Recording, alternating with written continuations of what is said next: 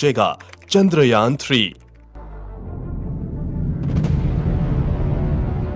चांद पर कैसे उतरेगा चंद्रयान-3?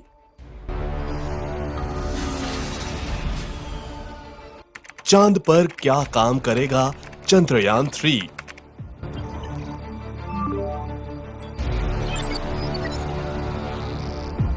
भारत के लिए चांद से क्या लेकर आएगा चंद्रयान-3?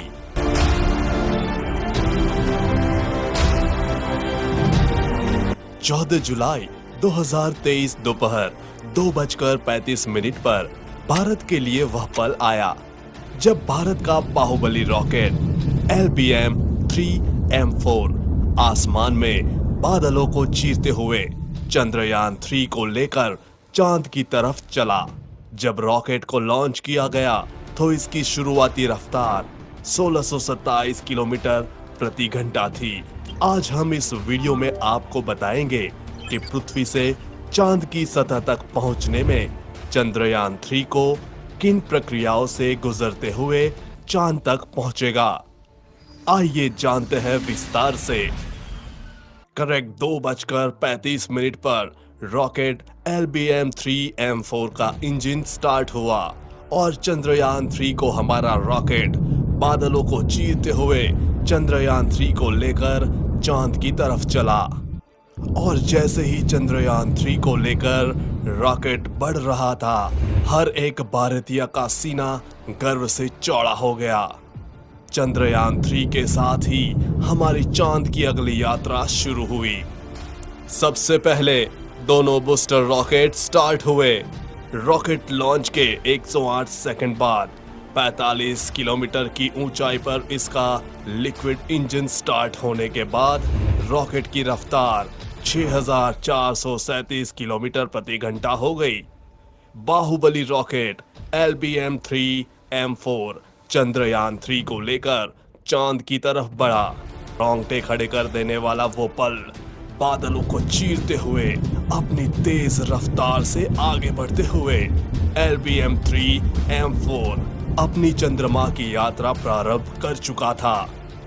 130 सेकंड यानी आसमान में 62 किलोमीटर की ऊंचाई पर पहुंचने पर दोनों बूस्टर रॉकेट से अलग हो गए और रॉकेट का मेन इंजन स्टार्ट हो गया। बता दे कि रॉकेट को अलग करने का कार्य मशीनों के माध्यम से किया जाता है। दोनों बूस्टर रॉकेट से अलग होने के बाद रॉकेट की रफ्तार 7000 किलोमीटर प्रति घंटा पहुंच गई थी। दोनों अलग हुए बूस्टर रॉकेट को इसरो के वैज्ञानिकों ने सॉफ्टवेयर की मदद से समुद्र में गिरा दिया और रॉकेट का मेन इंजन चंद्रयान-3 को लेकर आगे बढ़ता रहा। 196 सेकंड पर रॉकेट से दोनों हीट शील्ड अलग हो गई, यानी यान के अगले हिस्से से दोनों शील्ड अलग हो गई। इन शील्ड को इसलिए अलग किया गया है क्योंकि यान 114.8 किलोमीटर की ऊंचाई प्राप्त कर चुका था। 307 सेकंड पर रॉकेट से लिक्विड इंजन अलग हुआ। रॉकेट से लिक्विड इंजन अलग होने के बाद क्रायोजेनिक इंजन स्टार्ट हुआ और चंद्रयान-3 को लेकर पृथ्वी की कक्षा की तरफ तेजी से बढ़ा।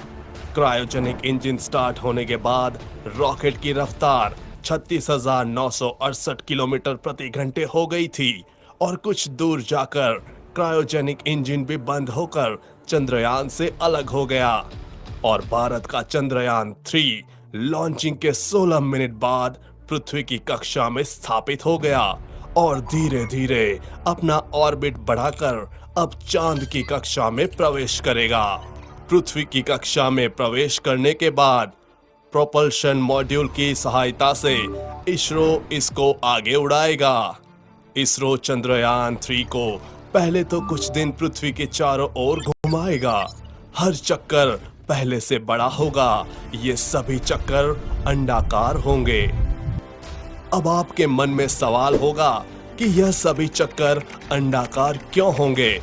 तो इसका जवाब है कि अगर इसरो चंद्रयान-3 को गोल चक्कर लगाएगा तो वह एक ही जगह घूमता रहेगा। इसलिए अंतरिक्ष में किसी चीज को दूर या पास भेजने के लिए अंडाकार चक्कर लगाया जाता है। हर चक्कर के पहले चक्कर से थोड़ी दूर पर होगा। इस प्रकार इसरो चंद्रयान 3 को धीरे धीरे पृथ्वी से दूर भेजेगा। ऐसे कुछ दिनों बाद चंद्रयान 3 चांद के पास चला जाएगा। चांद तक जाने में इसको 6 दिन का समय लगेगा। जब चंद्रयान 3 चांद की कक्षा में प्रवेश करेगा तो वापस से पृथ्वी वाली प्रक्रिया अपनाई जाएगी। चंद्रयान 3 को अब चांद की कक्षा में घुमाया जाएगा और धीरे धीरे चांद के पास ले जाया जाएगा। चांद की कक्षा में प्रवेश करने के बाद यान 13 दिन तक चांद के चक्कर लगाएगा। चंद्रयान 3 अपने साथ 3 अलग अलग हिस्से लेकर जा रहा है। सबसे पहला उड़ाने वाला हिस्सा प्रोपल्शन मॉड्यूल, दूसरा हिस्सा उतारने वाला हिस्सा लैंडर मॉड्यूल और आखिरी तीसरा हिस्सा है घूमने घुमाने और जानकारी जुटाने वाला हिस्सा रोवर और ऑर्बिटर वाला हिस्सा इस बार नहीं भेजा गया है, क्योंकि चंद्रयान 2 का ऑर्बिटर पहले ही चांद के चारों ओर घूम रहा है। इसरो इसी का इस्तेमाल करेगा।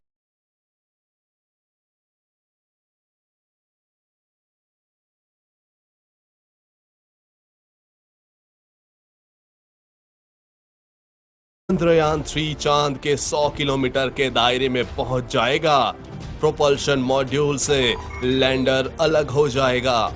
लैंडर अब अपनी कक्षा में अपनी स्पीड कम करने की कोशिश करेगा। करीब 40 से 42 दिन बाद लैंडर और रोवर चंद्रमा के साउथ पोल पर उतर जाएंगे। चंद्रयान 3 की चंद्रमा पर लैंडिंग 23 अगस्त की शाम 5:47 पर रखी गई है, लेकिन वहां सूर्योदय की स्थिति को देखते हुए इसमें बदलाव हो सकता है। अगर सूर्योदय में देरी होती है तो इसरो लैंडिंग का समय बढ़ाकर इसे सितंबर में कर सकता है। चांद पर चंद्रयान 3 को उतारना इस मिशन का सबसे कठिन पार्ट में से एक है। चंद्रयान 2 भी इसी समय फेल हुआ था। यह आखिरी 15 मिनट इस मिशन के सबसे कठिन मिनट होंगे। इस बार चंद्रयान 3 के लैंड करने के लिए 2 स्थान निश्चित किए गए हैं। अगर एक स्थान पर यह नहीं उतर पाता है तो इसको निश्चित किए गए दूसरे स्थान पर उतारा जाएगा। जैसे ही स्थान निश्चित हो जाएगा उसके बाद चंद्रयान 3 सॉफ्ट लैंडिंग का प्रयास करेगा। जैसे ही चंद्रयान 3 चांद की सतह पर सॉफ्ट लैंडिंग कर जाएगा उसके बाद इसरो के वैज्ञानिकों की कमांड पर रोवर लैंडर से बाहर आएगा। उसके बाद चांद की सतह पर चलकर अपने प्रयोग करेगा।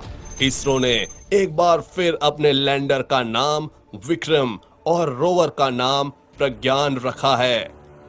यह अभियान चांद की सतह पर रासायनिक तत्वों और मिट्टी, पानी के कणों जैसे प्राकृतिक संसाधनों को देखेगा। यह अभियान चांद की बनावट को लेकर हमारी जानकारी में महत्वपूर्ण इजाफा करेगा। वैज्ञानिक परीक्षण के लिए यह अंतरिक्ष यान अपने साथ कई उपकरणों को ले जा रहा है, जिसमें सिस्मोमीटर भी शामिल है ताकि चांद के भूकंप को मापा जा सके। वैज्ञानिक इस तरह के परीक्षण से चांद की सतह के तापमान और वहां के वातावरण के अन्य तत्वों को जान सकेंगे। इस पर ऊर्जा के लिए सोलर पैनल लगे होंगे, जिसकी सहायता से रोवर को चांद की सतह पर ऊर्जा मिलेगी और यह वहां पर चल पाएगा। जानकारी के लिए बता दें कि इस मिशन को यानी कि रोवर और लैंडर को 14 अर्थ डेज के मिशन पीरियड के लिए ही इनिशियली डिजाइन किया गया है। हालांकि